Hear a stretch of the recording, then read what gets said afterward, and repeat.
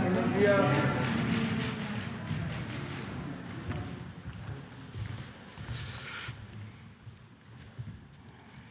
Bueno, pues vamos a informar, no vamos a tardar mucho porque vamos a salir de viaje de fin de semana, vamos a La Laguna y vamos a Nuevo León, a La Laguna de Durango y a Nuevo León este fin de semana. Vamos a iniciar con el informe sobre el rescate de los mineros. Eso es lo primero y vamos a escuchar el informe de Laura Velázquez, Coordinadora Nacional de Protección Civil, que es la que ha estado ahí día y noche con el apoyo de las Fuerzas Armadas,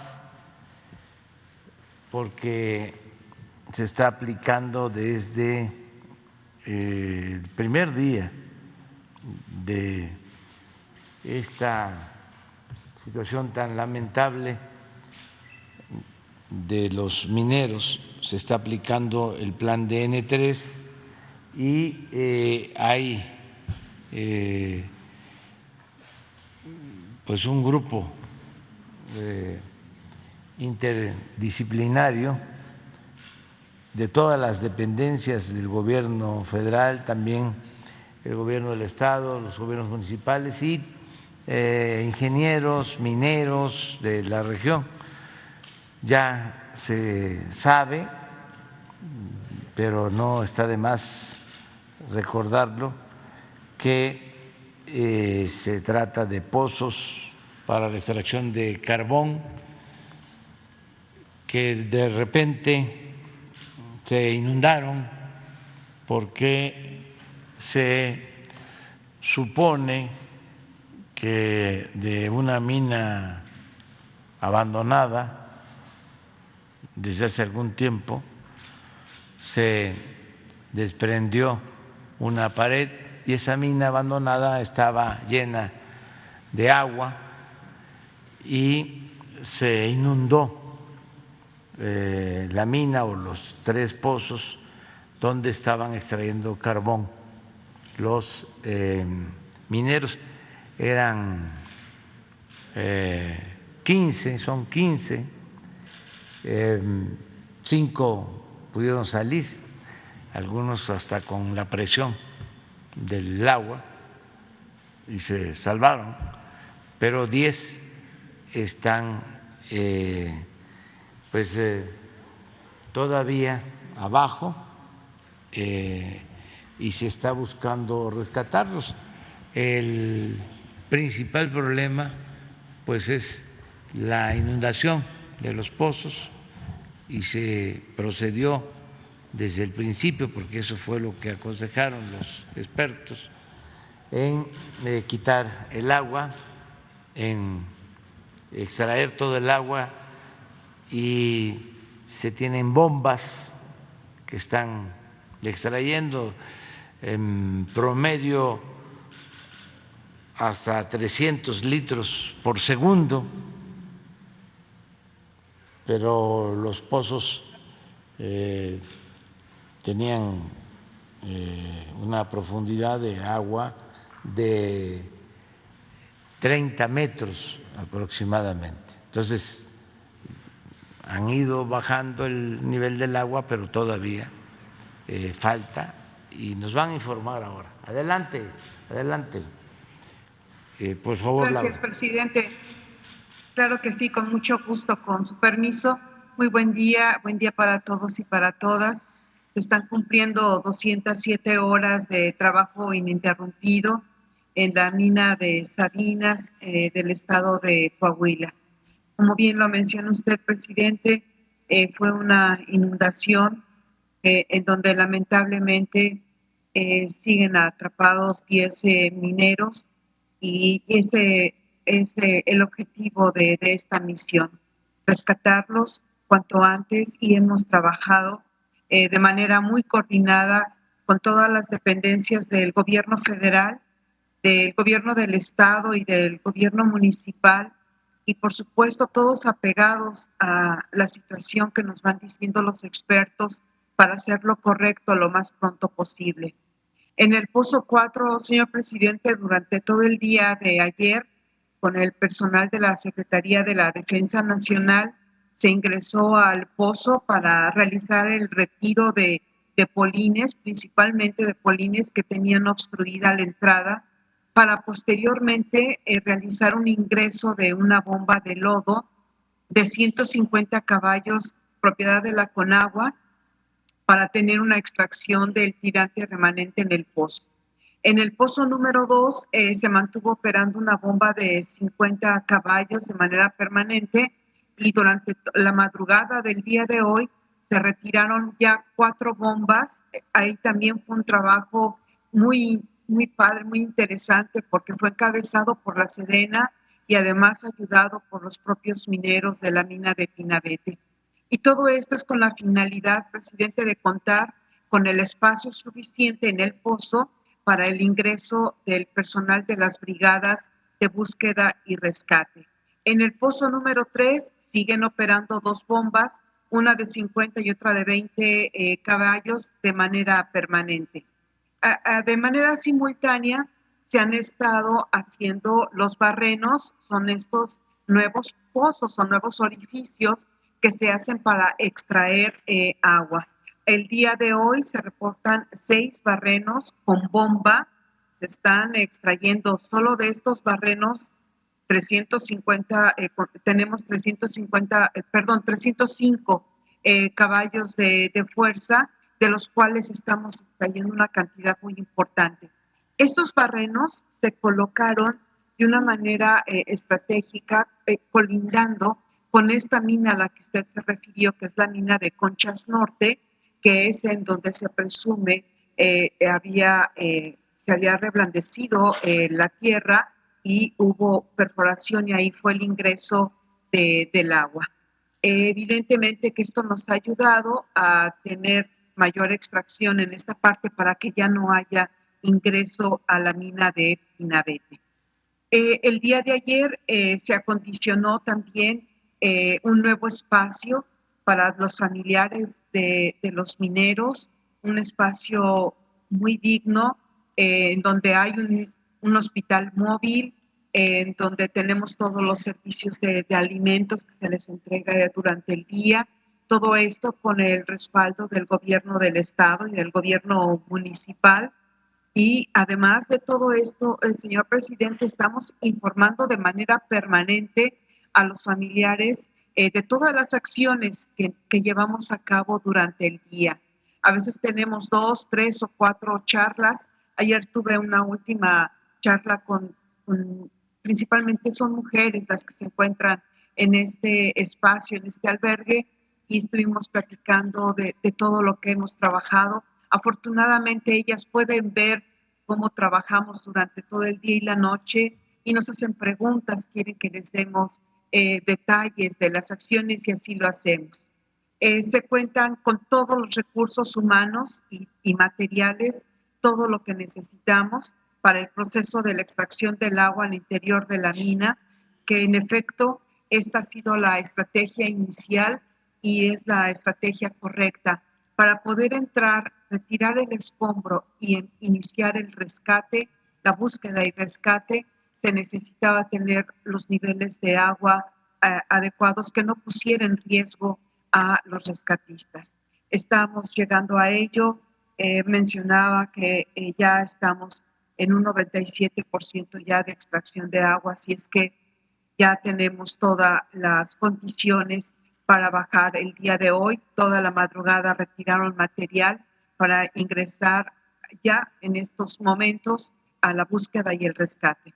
Vamos a seguir de todos modos bombeando de manera simultánea, no va a parar el bombeo, se van a sustituir incluso algunas bombas. Este es un proceso lento, pero lo queremos seguir haciendo, no queremos correr riesgos, que sigan los barrenos trabajando con la extracción del agua, y aquellos pozos en donde no se esté trabajando, en la búsqueda o rescate que se siga extrayendo el agua. Como menciono, se van a perforar incluso 4 barrenos más por si hay necesidad de seguir extrayendo agua y ingresar a revisar las condiciones de los 3 pozos. Ya estaremos en unos minutos revisando esta posibilidad. Podemos ingresar ya a los 3 pozos y se tienen preparados los recursos necesarios para iniciar las acciones de búsqueda y rescate, señor presidente. Eso sería la información actualizada que tenemos respecto al rescate de los 10 mineros que se encuentran en la mina de Pinabete en Sabinas, Coahuila. Y si me lo permite, ya para concluir, nada más mencionar que hubo un sismo de magnitud 5.1. El epicentro fue en Ciudad Altamirano, en Guerrero. Fue el día de hoy a las 3:17 de la mañana. Fue percibido de una manera fuerte en Guerrero y de manera ligera en Michoacán y Ciudad de México, sin reporte de afectaciones hasta el momento. Eso sería todo, señor presidente. Muy bien. El general secretario.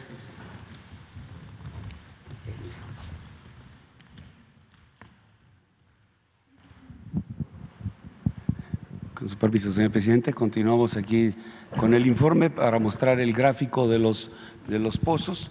El pozo de alivio ya no tiene agua, pero como se informó en días anteriores, este pozo no tiene conexión con los otros 3, sino el agua que tenía ahí era producto de lo que transmina las paredes de este pozo de alivio.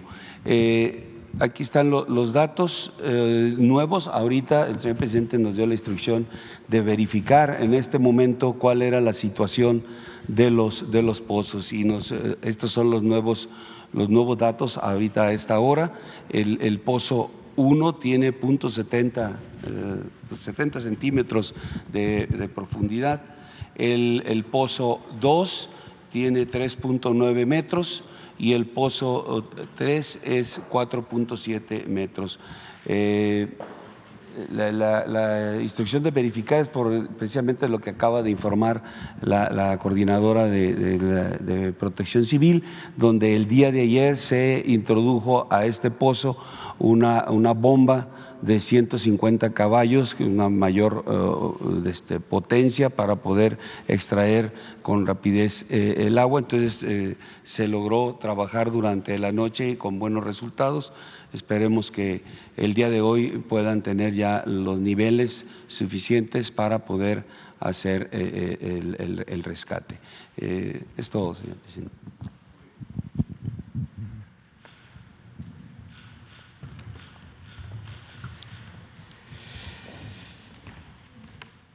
Vamos a informar también sobre enfrentamientos y un lamentable suceso en Ciudad Juárez, que perdieron la vida 11 personas, y vamos a informar, el subsecretario Mejía va a dar la información que tenemos hasta ahora, qué fue lo que causó este enfrentamiento entre grupos y luego algo que no se había presentado y ojalá no se repita, porque se agredió a la población civil inocente, como una especie de represalia. No fue solo el enfrentamiento entre 2 grupos, sino llegó el momento en que empezaron a disparar a civiles, a gente inocente. Entonces, esto es lo más lamentable de este asunto. A ver, por favor.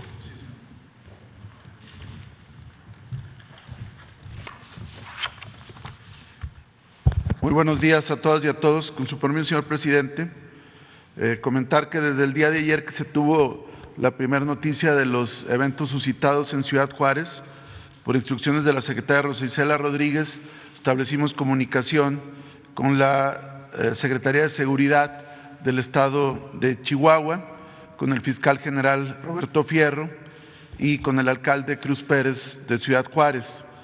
A partir de estos elementos y de las acciones coordinadas del Estado, el municipio y la Federación, se puede informar lo siguiente.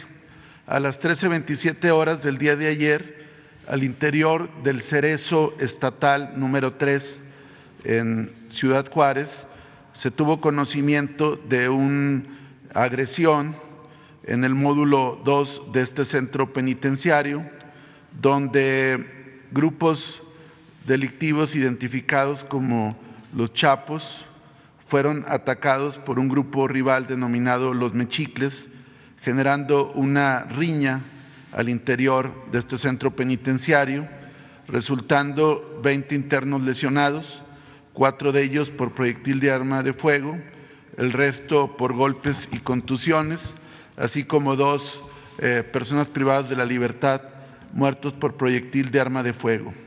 Se logra restablecer el control en el centro penitenciario a partir de la actuación de las fuerzas municipales, estatales y federales, pero a partir de esta situación, este grupo delictivo, los Mechicles, empieza a emprender acciones de disturbio y agresiones contra la población civil en Ciudad Juárez, dando como resultado 9 personas fallecidas que se suman a las 2 que se suscitaron al interior del centro penitenciario. Entre las personas que fueron asesinadas por este grupo delictivo se encuentran 4 personas que estaban afuera de un local en la avenida Ejército Nacional, en un establecimiento comercial, haciendo un control remoto, que pertenecen a la estación Mega Radio, a Switch FM, y ahí se encontraba entre ellos un locutor de radio, Alan González.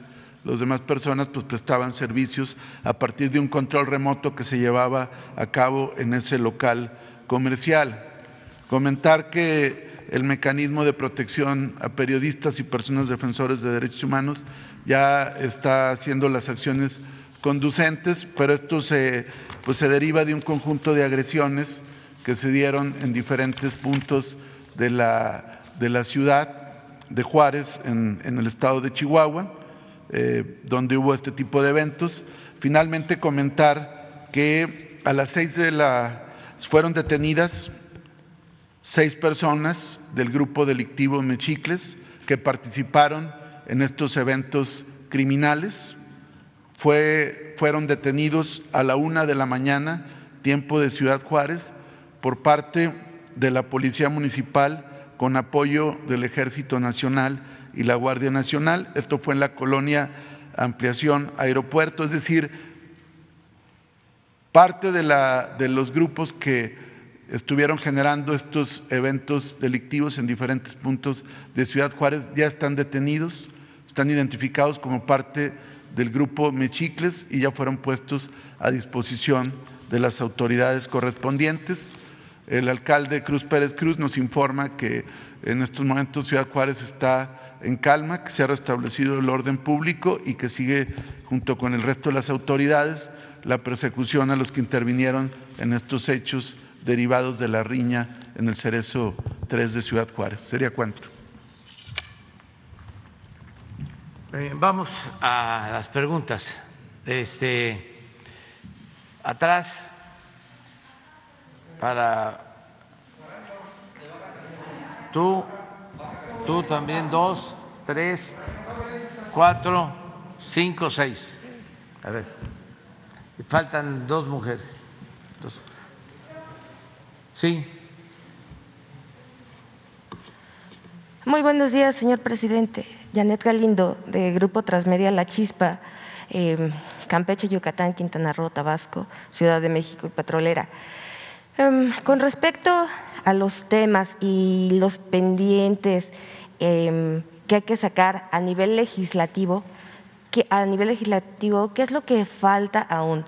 Y con lo que ya se ha llevado a cabo, ¿qué se necesita para reforzar todos estos temas y dejar bien sustentadas las bases de la 4T? Bueno, en lo general se ha avanzado. Estoy muy contento, satisfecho, porque se logró desde hace algún tiempo el que se elevara a rango constitucional el derecho a la pensión a los adultos mayores, la pensión para discapacitados, también que sea un derecho constitucional el recibir becas para estudiar si se trata de familias de escasos recursos económicos, y el derecho a la salud. Eso ya se logró. Se logró también el que sea delito grave la corrupción, que no lo era. Esa fue una reforma importante. Se logró también algo que nos ha ayudado mucho, el que no se condonen impuestos a los llamados grandes contribuyentes, que esté prohibido constitucionalmente. Y otras reformas en beneficio de los trabajadores, por ejemplo, el reducir el costo de administración de las AFORES, las comisiones que eran muy altas, se logró reducir para que el trabajador tenga más beneficios y pueda al retirarse tener una pensión justa, porque las reformas que se hicieron en el periodo neoliberal no garantizan el que se entregue al trabajador jubilado lo que ganaba mientras estaba laborando. Fueron reformas antipopulares, yo les diría perversas, para que un trabajador al jubilarse recibiera del 30% de su salario vigente mientras laboraba, cuando mucho el 50%. Entonces ya se hizo una reforma con ese propósito, bajar las comisiones, y también por un acuerdo con el sector privado se resolvió aumentar las cuotas de jubilación para enmendar esta situación heredada. También se lograron reformas para que los trabajadores tengan derecho al reparto de utilidades.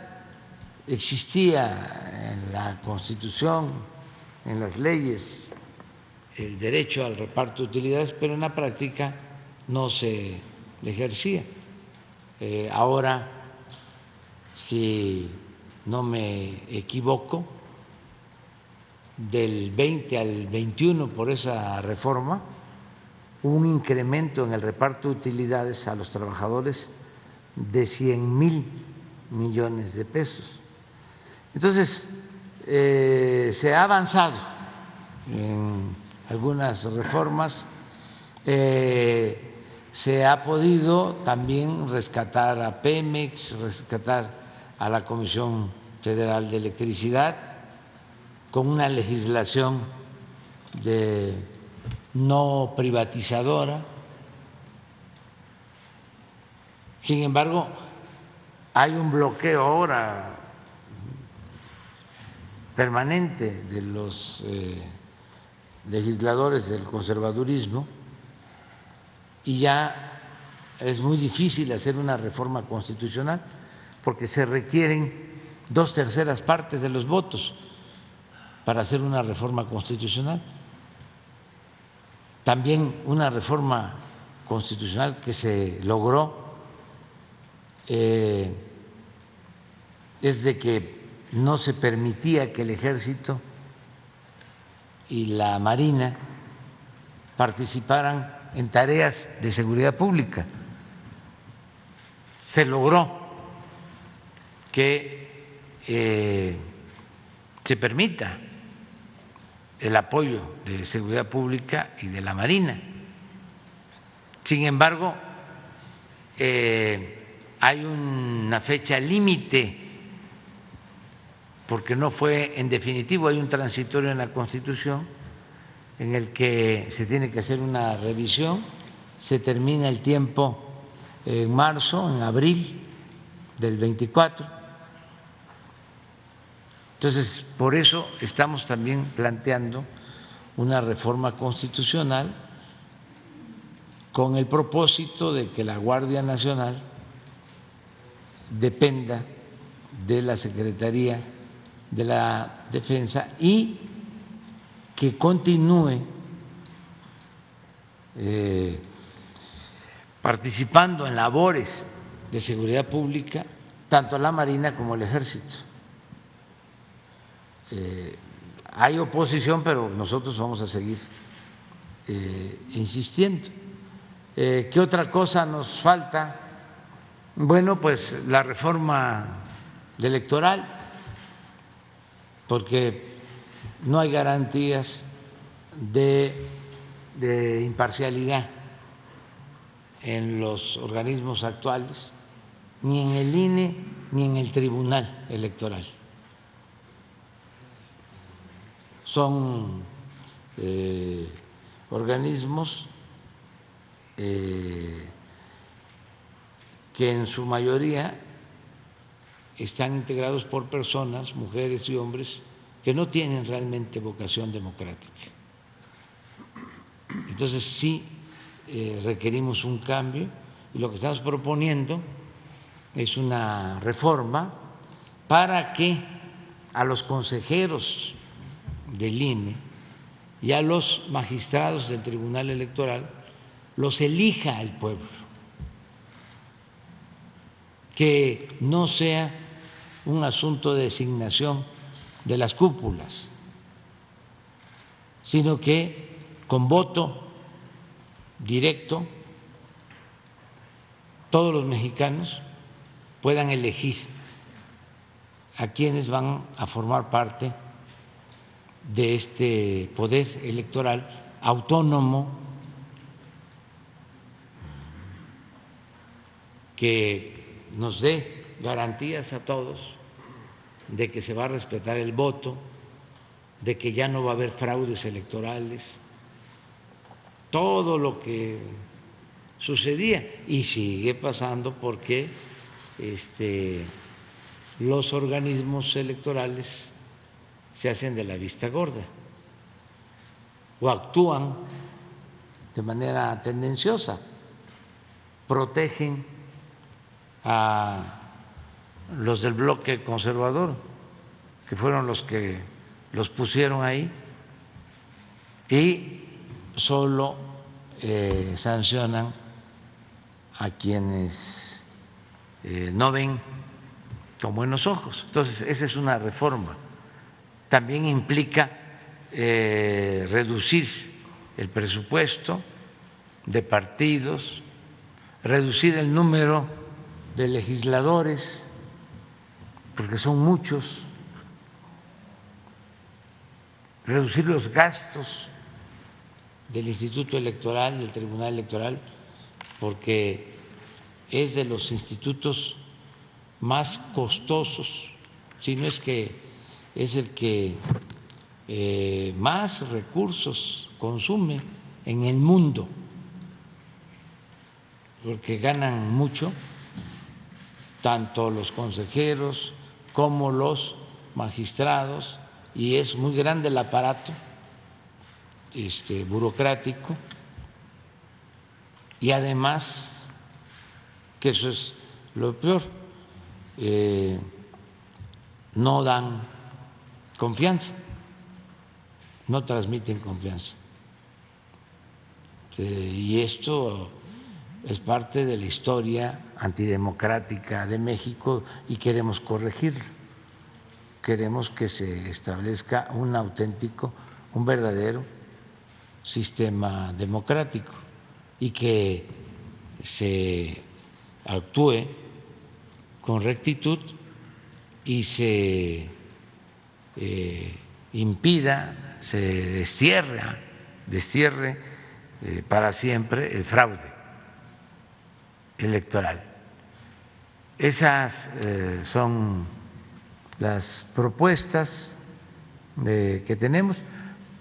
Lo de horario de verano, que eso ya se envió, y posiblemente algo que tenga que ver con el manejo del agua hacia adelante, porque sí, ya tenemos que poner orden en el caos, en todo lo que tiene que ver con las concesiones, los permisos de agua, porque ya no se tiene este recurso en el país, en algunas regiones, y se sigue, por corrupción, se sigue entregando concesiones donde ya no se tiene el agua suficiente para los consumidores, para el consumo doméstico, que debe ser lo principal, es un derecho humano, el derecho al agua.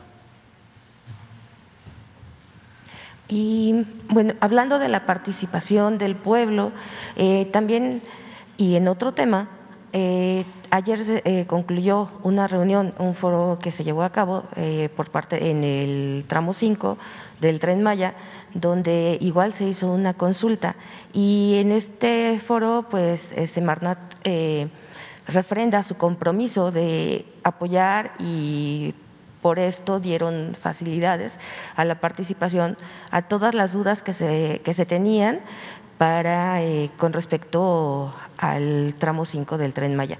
¿Qué faltaría en este tramo para poder continuar y quitarle de todas las dudas a quienes se estén interponiendo tanto denuncias como tengan inquietudes? ¿Qué es lo que faltaría en este proyecto, señor presidente? Seguir informando, porque se manipuló mucho. Yo aquí llegué a plantear de que mi hijo Jesús, que estudiaba en la secundaria, ahora va a pasar a la prepa, me reclamó porque supuestamente se iba a destruir la selva con el Tren Maya. Entonces les tuve que explicar de qué se trataba, que la mayor parte de la ruta del Tren Maya se estaba construyendo en lo que fue el ferrocarril del sureste, que se inauguró en los años 50 del siglo pasado, pero que además se cuidaba la naturaleza, que habían expertos cuidando no afectar los árboles, la flora, la fauna en el mismo programa del Tren Maya, que se tenían contratados arqueólogos, como 100 arqueólogos, especialistas, biólogos, arqueólogos, para cuidar el medio ambiente, que se tomó la decisión que el tren fuese eléctrico para no contaminar.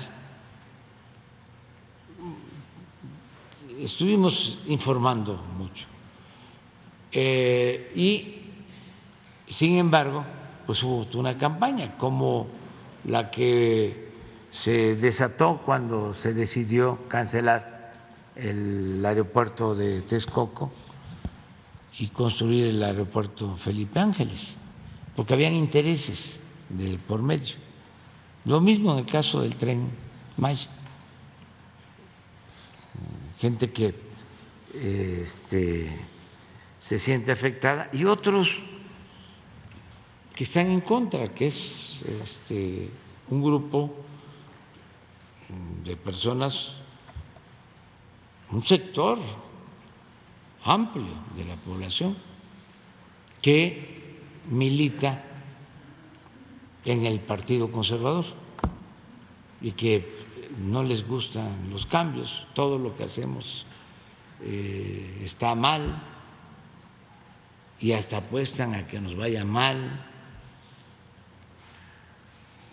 Afortunadamente no lo han logrado porque la gente nos está ayudando, nos está respaldando. ¿Y por qué nos apoya la gente? Bueno, porque nosotros tenemos como amo, como único amo, al pueblo de México. Ya no es como antes, que los que mandaban eran los de arriba, la cúpula, los potentados, los que tenían influencia porque pertenecían a el grupo de intelectuales orgánicos vinculados al poder,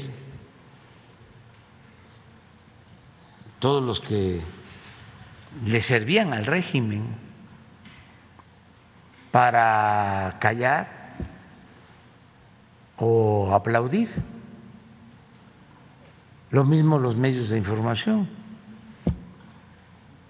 pero no es afortunadamente todo el pueblo. Ayer se dio a conocer el resultado de la encuesta semanal que hace un organismo de consulta de Estados Unidos, que ya lleva tiempo llevando a cabo esta encuesta acerca de lo que opinan los habitantes de los países sobre sus gobernantes. Y de una semana a otra, en el caso de nosotros, subimos 4 puntos. Incluso estaba en primer lugar, ha estado siempre en primer lugar, Modi de la India, y me llevaba la semana pasada 10 puntos de ventaja y ahora ya solo son 5 o 6. 5.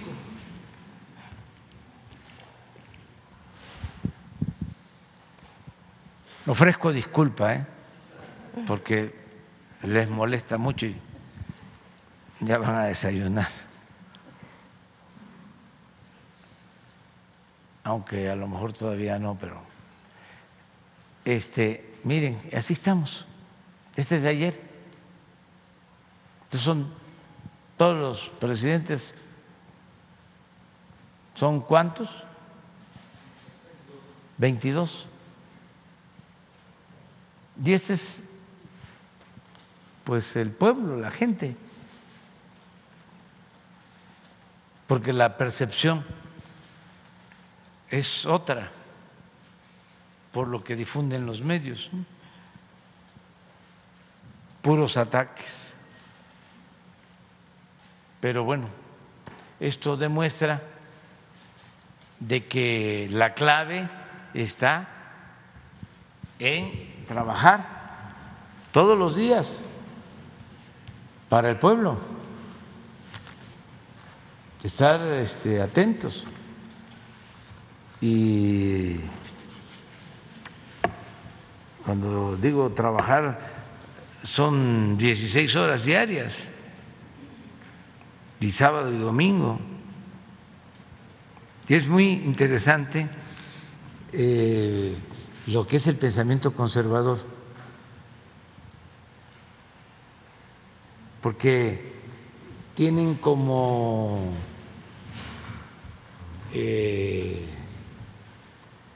frases hechas, ¿no? Ideas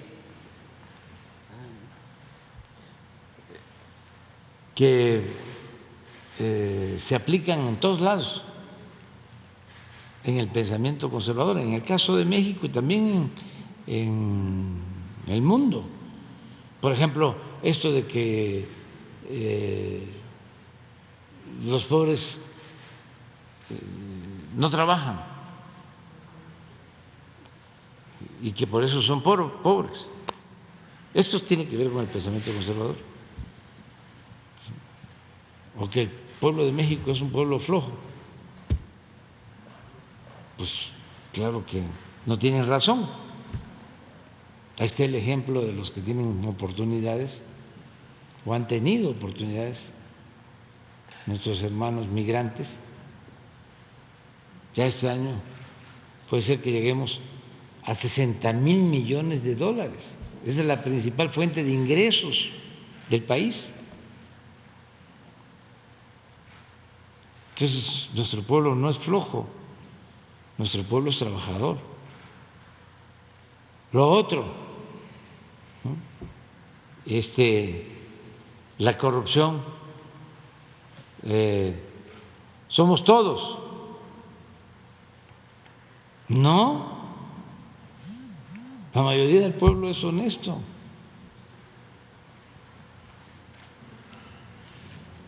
Y así, ¿no?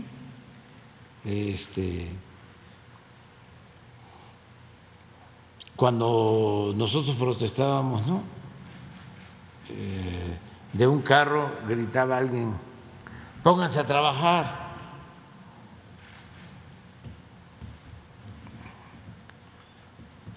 ¿Qué creen que me gritan a mí?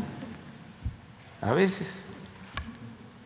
O ponen en las redes sociales: ya ponte a trabajar.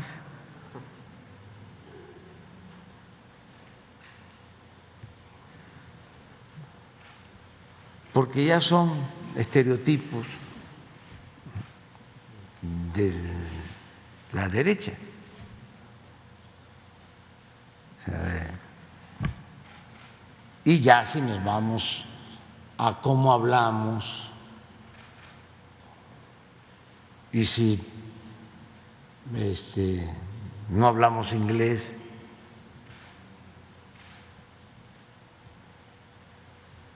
¿no tendrás grabado un poema de Nicolás Guillén? Tú no hablas inglés. A lo mejor vamos a escuchar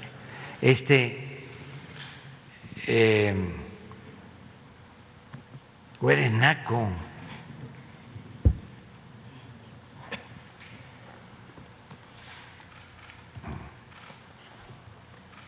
O debes civilizarte.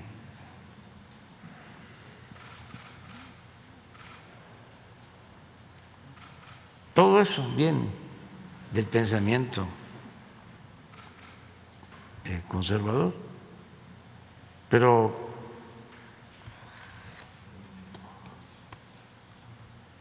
¿se puede? A ver. tú no sabes inglés. Con tanto inglés que tú sabías, Vito Manuel, con tanto inglés, no sabe ahora decirle. La americana te busca y tú le tienes que huir. Tu inglés era de try one y 1, 2, 3. Vito Manuel, tú no sabes inglés, tú no sabes inglés, tú no sabes inglés. No te enamores más nunca, Vito Manuel, si no sabes inglés, si no sabes inglés.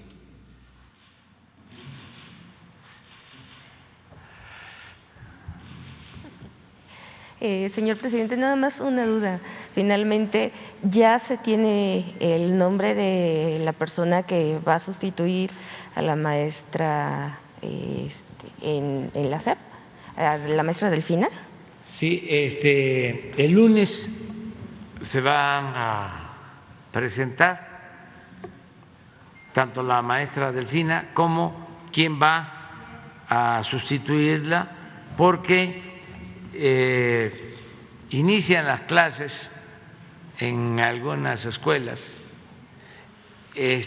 lunes que viene, y el lunes creo que 29 ya es este lunes que viene hay clases para nivel medio superior, se inicia, y el 29 ya es el reinicio a clases en general para el nivel básico. Entonces ya este lunes se va a presentar a quien va a sustituir a la maestra Delfina. No, no vamos a decirlo todavía. El lunes vamos a tener aquí una ceremonia porque lo amerita el momento, el lunes. Solo les puedo adelantar que va a ser mujer, con experiencia, sí. Bueno, entonces seguimos adelante. ¿Sí? Muy buenos días, presidente. Jorge Díaz, de Ensenada, Baja California, de Canal 73 NR. Saludos a todos. Mire, traigo aquí, ya nos hemos visto allá en Tijuana o en Ensenada, los pescadores integrantes de las empresas de origen indígena, Pesquera Lacandones del Pacífico SADCB y Pesquera Normex, y algunas cooperativas, todos ellos de Ensenada, le solicitan encarecidamente su apoyo para obtener los permisos de pesca comercial para atuneros, y me refiero a atún aleta azul, que le ha sido negado en el caso de Pesquera Lacandones del Pacífico y Pesquera Normex desde febrero de 2015, que les fueron negados con base a la política neoliberal de desarrollo económico vigente en ese tiempo. Aquí tengo la solicitud del 2015. En diciembre del 2018, el gobierno que usted dignamente preside decidió desechar la política neoliberal, y con esa confianza, entre enero y mayo del 2020, las dos empresas volvieron a solicitar los permisos, y las otras 6 cooperativas igual lo solicitaron por primera vez. A la fecha, todos continúan esperando que les expidan y entreguen los permisos para poder trabajar la pesca de atún aleta azul. Solicitan su apoyo porque desde 2015, como lo dije, INAPESCA como CONAPESCA, acatando sistemáticamente la política neoliberal, ha negado los permisos, y pareciera que hasta hoy sigue vigente esa política con el fin de continuar protegiendo los intereses del duopolio que existe en Baja California, formado por las empresas Baja Aqua Farms y Cervax Blue SADCB, que pescan y comercializan el 100% de las 3.824 toneladas asignadas a México por la Comisión Interamericana de Atún Tropical, el CIAT, para este año 2022, sin permitir que los pescadores tradicionales del pueblo participen pescando solo el 15% de esas 3.824. No representan una competencia desleal esta solicitud de estos pescadores. y en un documento con la fundamentación administrativa, jurídica y técnica que consideran lo puede ayudar para acordar, expedir los permisos solicitados. Ya este tema lo hemos tocado en otras ocasiones y pareciera que con APESCA y INAPESCA pues prácticamente no escuchan a la sociedad, no escuchan a los pescadores y ya hice entrega de esos documentos en ese sentido. También comentarle que hay dependencias, de hecho ya hay escobas nuevas, porque usted ha comentado en la semana de barrer la corrupción, y hay escobas nuevas para barrer la corrupción de la mitad para abajo. Le voy a poner ejemplos. Por ejemplo, Profeco allá protege a una empresa de gas Silsa, la empresa que prácticamente vende el gas como quiere y las cantidades que ellos quieren. Entonces, en ese tipo de situaciones, eso es lo que le quiero comentar. Otro tema que tiene que ver con el agua que se ha dicho aquí. En una ocasión yo entrevisté a la gobernadora Marina del Pilar y le preguntaba acerca de qué le hacía falta a Baja California en el tema del agua y me dijo, hace falta infraestructura en que se tengan que asignar recursos, porque el ejemplo es el acueducto Morelos, que parece una regadera o una coladera. Cada vez hay sistemáticamente fugas y en Ensenada y la zona costa pues se afecta esta parte, ¿no? Entonces, eso es lo que me comentaba y me daba respuesta a la gobernadora. Otro de los temas en San Quintín, el tema de la salud, hubo una remodelación allá cuando usted estuvo en campaña, pero hace falta, pues ahora sí, especialistas, la tenencia de la tierra y lo del tema del agua. Y en el ISSSTE, le voy a comentar algo muy importante que seguido me llega a mí este tipo de reportes, porque el medio es de eso, de darle la voz al ciudadano. Allá en el ISSSTE el director se pone a que los pacientes o los familiares renten equipo hasta 150,000 pesos para que puedan operar. Y usted lo comentó en la semana, la corrupción que existe allá. Y otro tema que quiero comentarle, y le agradezco la atención por todo esto que le estoy comentando. Lo de los autos chocolate, recuerdo bien el 13 de noviembre, su cumpleaños, que hablábamos de esto de la elección y que fue a Ensenada y hizo la firma o presentó la firma. Hay muchos vehículos que inician su serie con letra. ¿Pasará algo con ellos? Eso sería lo que le puedo comentar en ese sentido. De antemano, muchas gracias. Sí. Importante lo del agua, importante lo del permiso de la tuna Atleta Azul. Sí, ya me has planteado lo de los permisos de pesca. Voy a solicitarle a Octavio Ahumada que nos dé una respuesta.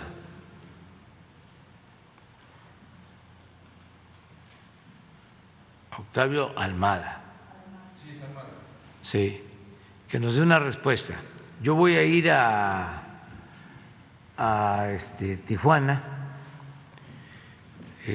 voy a estar en una semana, incluso la reunión de seguridad y la mañanera la vamos a llevar a cabo en Tijuana. Ahí te vamos a dar una respuesta. Estás invitado. Le agradezco la atención. Aquí tengo el documento incluso. Sí, nos dejas nada más los documentos. Sí. Lo del agua ya me lo planteó la gobernadora antier, que estuvo aquí. Y pues es una demanda nacional, lo del agua. Acabo de estar en Manzanillo y construyeron un acueducto desde hace muchos años de Armería a Manzanillo. Ya está igual como el que tú mencionas, ya es una coladera, está totalmente abandonado y hay el riesgo de que se quede Manzanillo sin agua. Entonces se está atendiendo. Estamos también, y hoy voy para allá, atendiendo lo del acueducto en La Laguna, porque se necesita resolver el problema del agua pues contaminada que se extrae ya de pozos muy profundos, porque están abatidos los mantos acuíferos y ya el agua de mucha profundidad pues viene acompañada con arsénico y todo lo que afecta la salud de la gente. Entonces, estamos destinando una inversión de más de 10,000 millones de pesos para que en la laguna, Torreón, Gómez Palacio, Lerdo y otros municipios tengan agua sana. Y de ahí me voy a mañana y pasado, voy a estar en Nuevo León, y es lo mismo del agua. Ahí es la construcción también de un acueducto de alrededor de 10,000 millones de pesos, 100 kilómetros, es de la presa del Cuchillo. Ya hay un acueducto, pero no es suficiente, y con ese acueducto podemos garantizar que no falte el agua en Monterrey, en la zona conurbada, durante 10, 15 años. Pero también todo esto que se está haciendo pues va a requerir que haya un ordenamiento para no seguir entregando concesiones de agua sin tomar en cuenta de que no tenemos ya en algunas regiones agua suficiente y que hay que darle la prioridad, la preferencia a la gente. Allá en tu estado querían hacer una empresa de cerveza y estaban entregando el agua hasta del uso doméstico de Mexicali, más que la gente pues no lo permitió. Y también la empresa Constellation, los dueños, y lo tengo que reconocer y agradecerles, aceptaron la propuesta de poner su planta en Veracruz, donde hay agua, y también pues hay agua en el Istmo. Ahí está el río Papaloapan, está el río Coatzacoalcos, está el río Tonalá, está el río Grijalva, está el río más grande de México, el Mono Sagrado, el Usumacinta. Allá hay agua. Entonces, ya no estar solo orientando el crecimiento hacia regiones en donde no hay agua, que es un recurso vital, fundamental. Incluso, presidente, ahí con agua, en el Valle de Guadalupe, hay empresas que se están robando el agua, le están dando más preferencia. Y sí, lo que decía de la escoba de barrer la corrupción, igual lo de Profeco con esta empresa de Gas Ilsa, es importante esa parte, porque Ensenada y las delegaciones pues se ven afectados por eso, por la falta de una transparencia por parte de las dependencias. Eso es lo que le quiero comentar. Sí, te vamos a dar respuesta ahora, el día viernes, o sea, en 8 días, a tus planteamientos. Gracias. Muy bien. ¿Quién sigue? Gracias. Presidente, preguntarle, hoy en el diario La Razón, Jorge Chaparro del diario La Razón, hoy en La Razón publicamos una nota respecto de que se cambió, se modificó el uso de suelo en la mina El Pinabete en 2019. Fue un cabildo panista, pero también fue un cabildo integrado por Morena y por Movimiento Ciudadano y por partidos políticos locales. Lo que quiero decirle es que los mineros son carne de cañón de todos los políticos. Hay senadores importantes de Morena, hay líderes sindicales de Morena metidos en esto, pero también hay políticos del PRI, del PAN, del PRD, de cualquier espacio. Sin embargo, los mineros siguen siendo pues carne de cañón, nadie hace nada por ellos. La Secretaría del Trabajo, ¿tiene usted reportes si hizo revisiones a estas minas? La Secretaría de Economía, ¿tiene usted reportes si revisó el funcionamiento de estas minas, si revisa el funcionamiento de estas minas? Porque son muy comunes en la zona. Preguntarle esto primero, presidente. Sí, tengo el informe. La mina fue concesionada en el 2003, en el gobierno de Fox, y fue una concesión por 50 años. Es decir, que vence la concesión hasta el 2053. Y eso es poco, porque en el periodo neoliberal dieron concesiones hasta de 100 años. Los ferrocarriles 50, 70 años, todavía antes de que iniciáramos nosotros en el gobierno, antes de entrar al gobierno, ampliaron la concesión del puerto de Veracruz a 100 años, un siglo.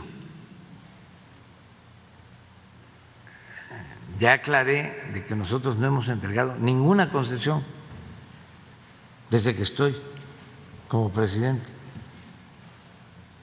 También para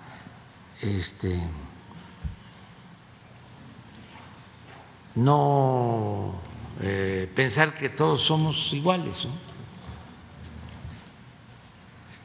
En el caso de esta mina en particular, sí se hacen inspecciones de manera muy extraña, según el informe que me presentaron.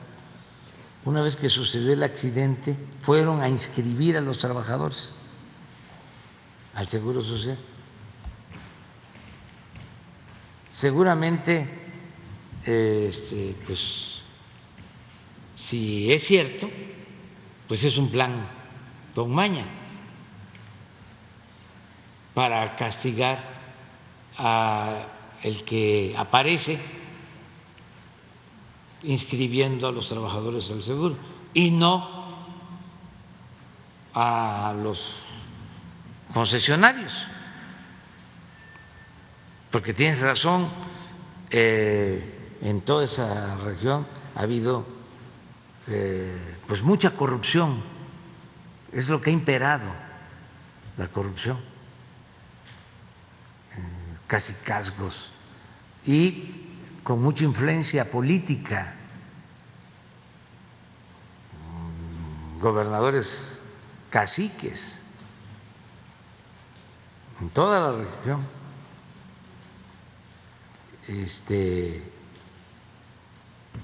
y empresarios también corruptos, vinculados a políticos. Uno de los empresarios más famosos de ahí, de esa región, le prestaba el avión a un gobernador. No me pidan que yo haga la investigación, o sea, ustedes son mirones profesionales. Pero bueno, así, ese era el nivel de contubernio. Los sindicatos y también los intereses locales. Por ejemplo, en el caso de esta mina, no están sindicalizados porque no permiten que el trabajador se proteja con un sindicato. O sea, son muchos intereses los que están de por medio. nosotros vamos a actuar, le hemos estado pidiendo a la Fiscalía que actúe con rigor, que no hay impunidad, pero lo que más nos importa es el rescate. Fui allá y lo planteé con mucha claridad. Vamos a rescatar a los mineros. Eso es lo que más importa ahora.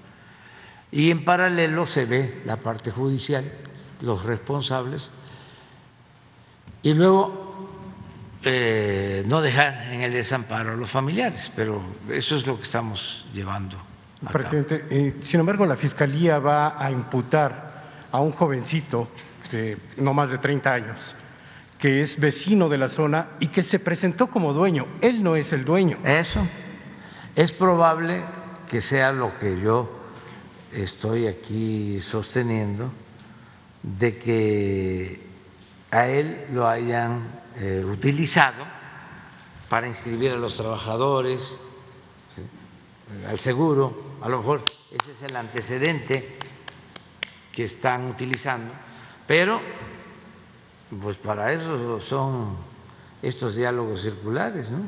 Pero la Fiscalía ya lo va a vincular. Sí, pero no se cierra la investigación, no se cierra, ¿sí? Y no hay impunidad para nadie.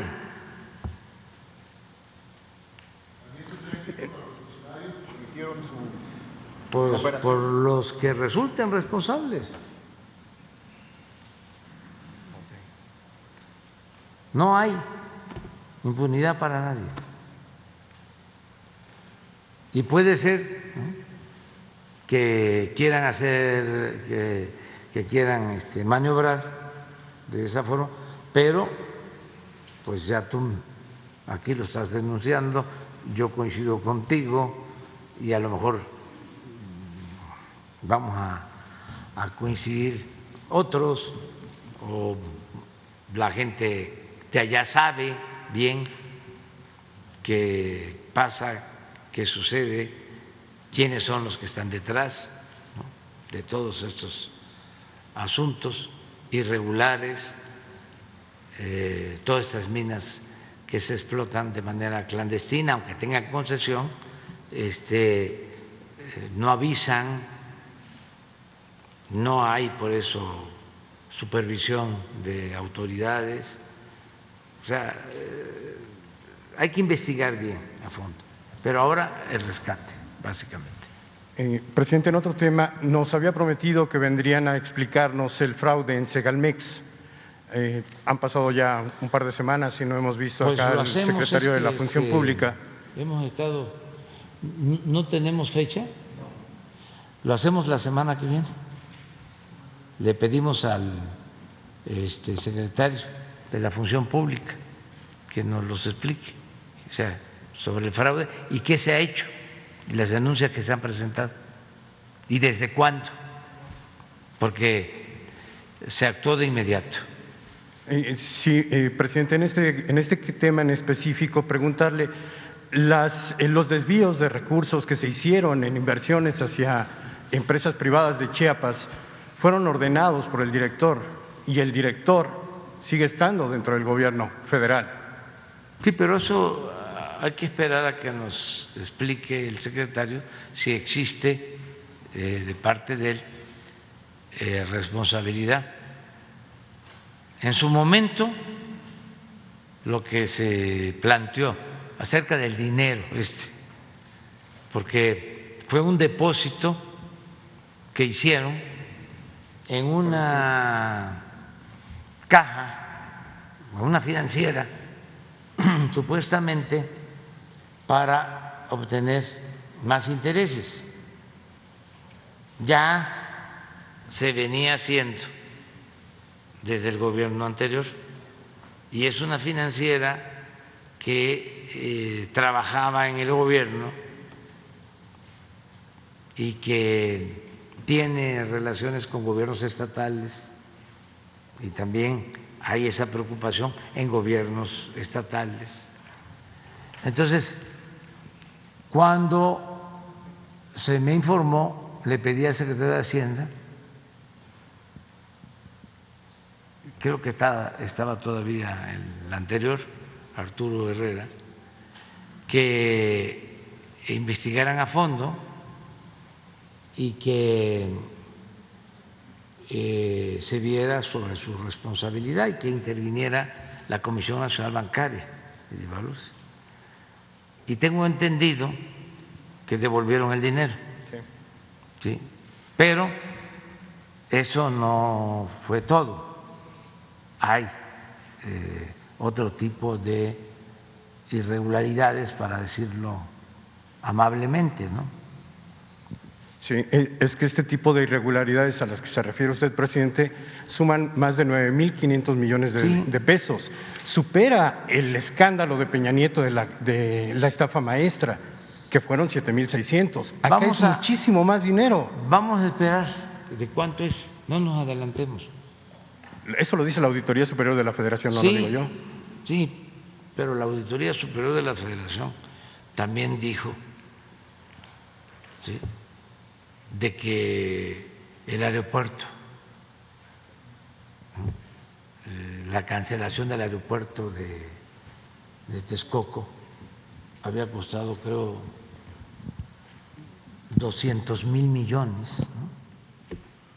Y se demostró que había costado la mitad, 100,000. O sea, vamos esperando que nos informen bien.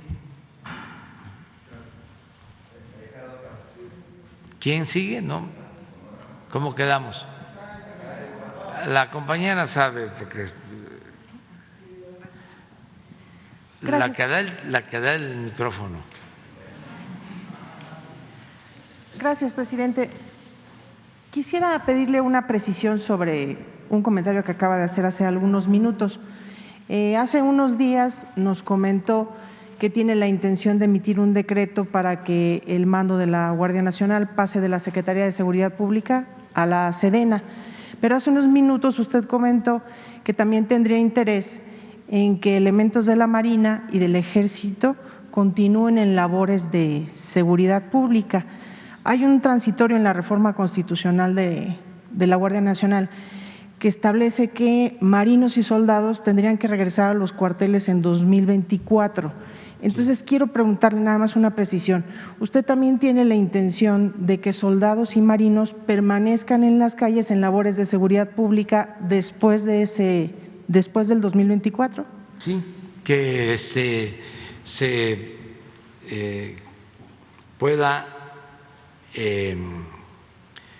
constituir la Guardia Nacional dependiendo de la Secretaría de la Defensa, pero que también, además de sus funciones sustanciales, tanto Marina como Defensa,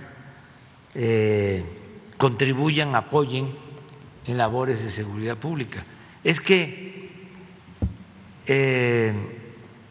era y sigue siendo, ¿no?, para la concepción, para el pensamiento, para la visión de algunos, era normal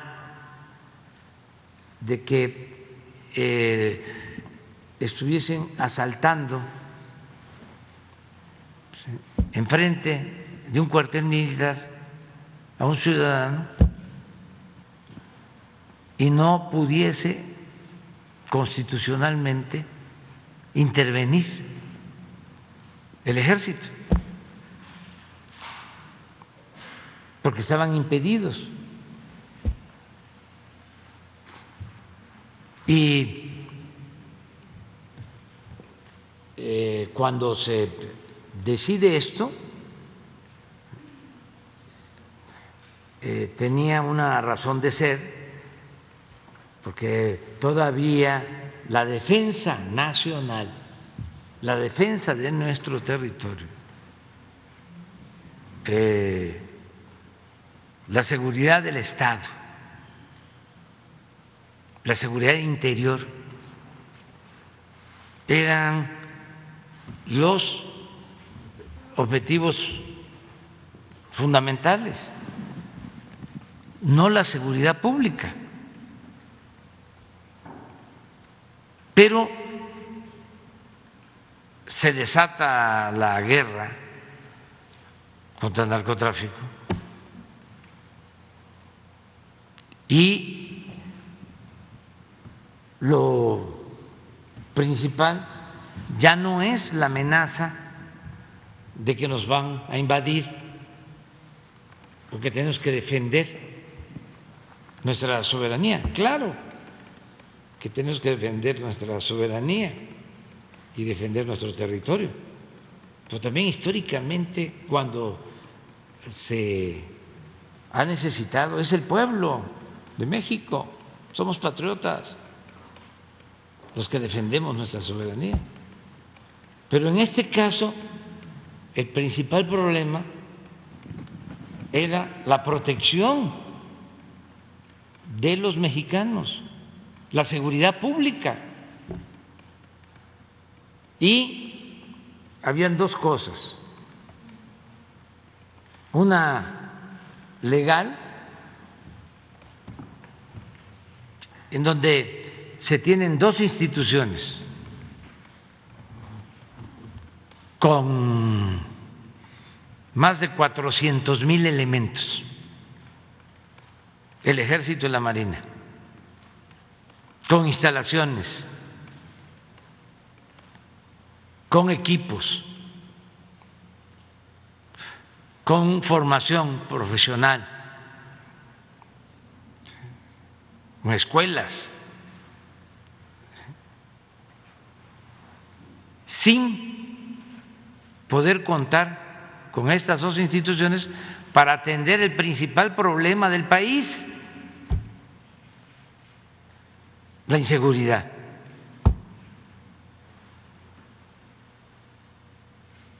Porque la Constitución no lo permitía.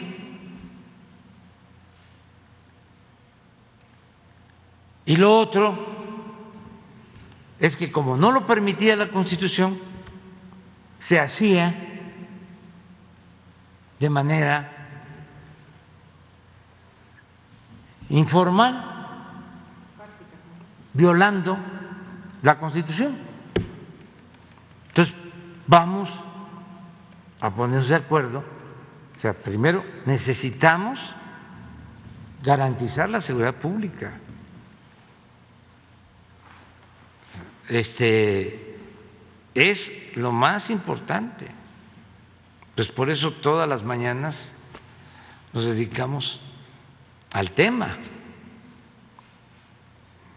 que se agravó por las razones que ya sabemos, y vamos avanzando por nuestra perseverancia y por no permitir la corrupción y por no permitir la impunidad y por atender las causas, el que no haya tanta pobreza, el que se atienda a los jóvenes, todo lo que estamos haciendo es para eso. ¿Y cómo Entonces, sustentarlo?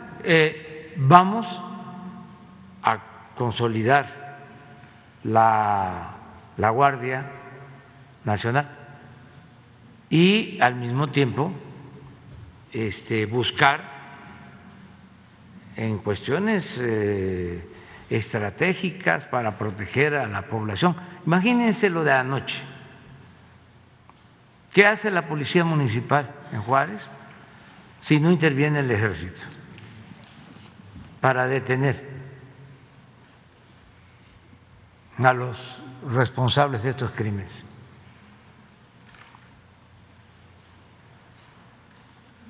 Entonces, se necesita, se presenta el motín en el reclusorio, pues se puede decir, es un asunto del Estado, no es asunto nuestro, no es del Fuero Federal. ¿Para qué intervenimos? Bueno, ¿y cómo resuelven con los custodios un enfrentamiento de bandas al interior de un reclusorio cuando hay enfrentamientos con armas de fuego, pues se requiere que intervenga el ejército. ¿Y cómo darle soporte a esa decisión de dejar Hay que a pensar las Fuerzas Armadas bien, en las calles? Hay que prolongar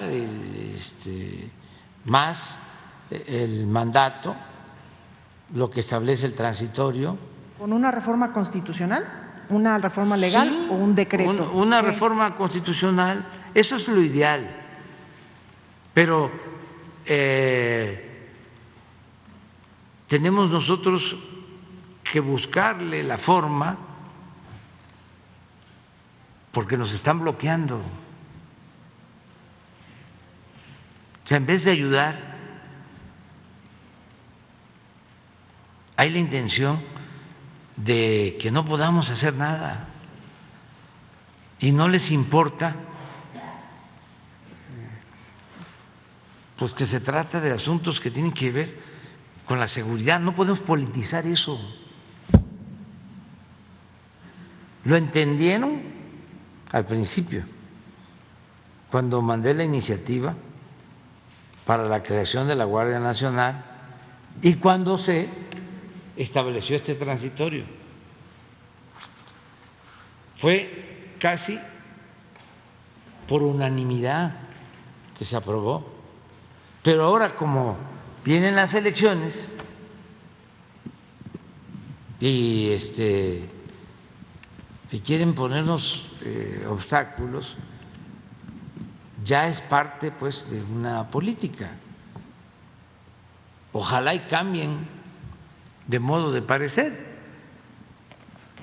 y de actitud, pero si no cambian ellos, pues nosotros tenemos que buscar la forma, porque imagínense todo el esfuerzo que se está haciendo. Ya la Guardia Nacional pues es una institución de 115,000 elementos. Nunca se hubiera logrado en tan poco tiempo crear una corporación así, acreditada por la gente, 70-75% de aceptación en el pueblo. Pero, presidente, tienen más aceptación que lo que tiene el presidente. Sí, lo comprendo, pero si no logran la reforma constitucional, sería dejar a las Fuerzas Armadas en las calles como lo hicieron Calderón y Peña, sin un sustento en la Carta Magna. No, porque vamos a buscar la manera, ayer hablamos de eso, de hacer reformas a varias leyes, reformas que no sean constitucionales, a leyes secundarias. ¿Sí? Sería por la vía legal, entonces. Sí, siempre por la vía legal. Es lo que hicimos cuando sabíamos de que Iberdrola y los que quieren quedarse con el mercado eléctrico, las empresas extranjeras, no iban a permitir la reforma constitucional en materia eléctrica. Y por eso se presentó la ley de reforma a la ley eléctrica, no reforma constitucional. ¿Qué sucedió? Pues no aprobaron la reforma constitucional, pero la ley eléctrica sí fue aprobada.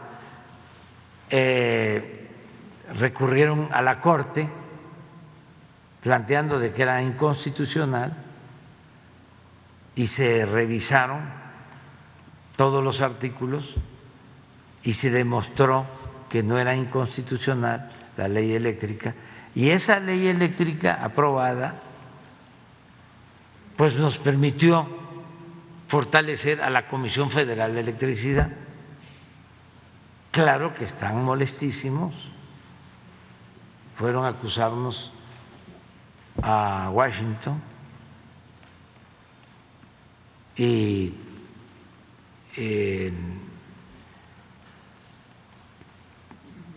buscaron presionarnos, pero hay cosas que no se pueden negociar.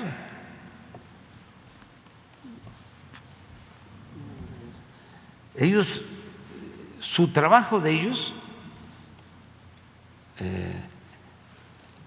es el tener éxito en sus negocios privados.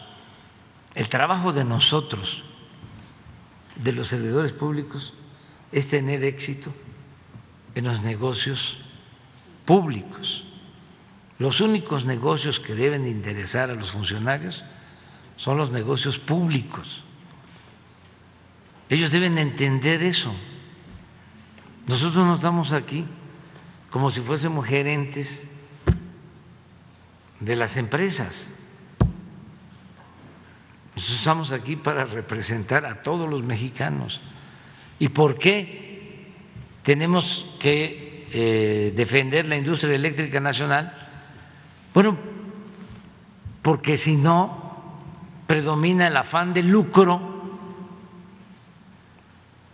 y las tarifas estarían por los cielos, como está sucediendo en España o en otros países.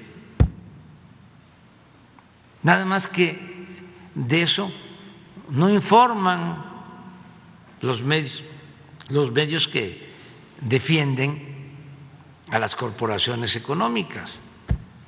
Presidente. Entonces, ese es el debate. O sea, ya lo público se había hecho a un lado, todo era privado. Ya expliqué cómo fueron creando un andamiaje de instituciones supuestamente independientes, autónomas, para atar de pies y manos a los servidores públicos y para que el interés particular se colocara por encima del interés general, del interés público. Todo lo armaron así. Ahora que estamos buscando cumplir con el compromiso de que hay internet en todo el país, porque es una gran reforma, es una revolución de las conciencias. Imagínense que los niños en los pueblos puedan tener acceso al internet, que los enfermos o los familiares de los enfermos puedan tener acceso al internet y puedan por internet estar consultando a médicos especialistas, no solo de México, sino de todo el mundo, sobre su enfermedad. Pero si la señal de internet va a depender del mercado, de los que tengan para pagar o donde hay clientela, ¿cuándo va a tener internet la mayoría del pueblo de México? Nunca. O va a llevar mucho tiempo. ¿Cuándo iba a tener energía eléctrica un pueblo si no hubiese tomado la decisión que tomó el presidente López Mateos de nacionalizar la industria eléctrica?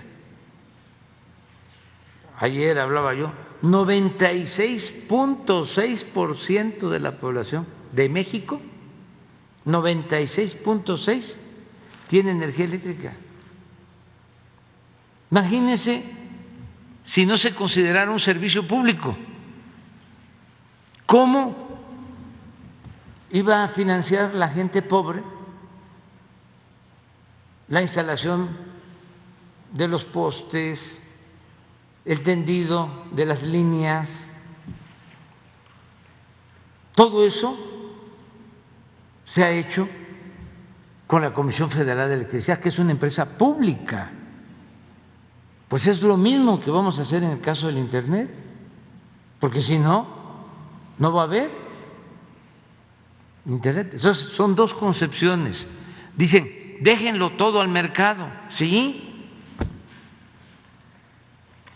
Pero si el mercado no resuelve, porque su propósito es lo material, es el lucro, pues no se puede impedir que el Estado cumpla con su función social. Ese es el fondo.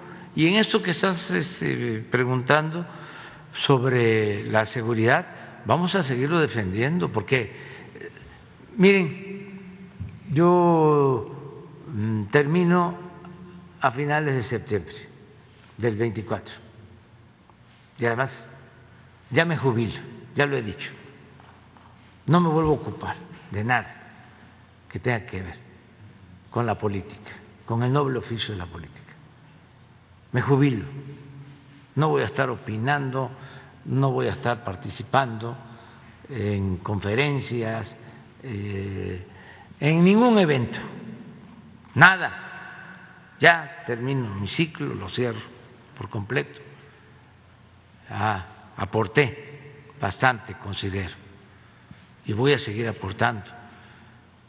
Por eso me estoy aplicando estos 2 años que me faltan, para que no me quede ningún remordimiento de conciencia de que no ayudé. Podría yo decir, si el transitorio de la Constitución vence en marzo, en abril, yo ya terminé prácticamente unos meses después. Sí, pero no quiero que el día de mañana vuelva a pasar lo que sucedió con la Policía Federal Preventiva, que se corrompió, y aunque yo ya no escuche el radio, ni vea la televisión, ni tenga yo acceso a las redes sociales, yo nada más escuchando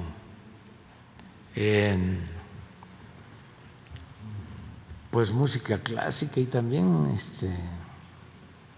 el son, que es cultura.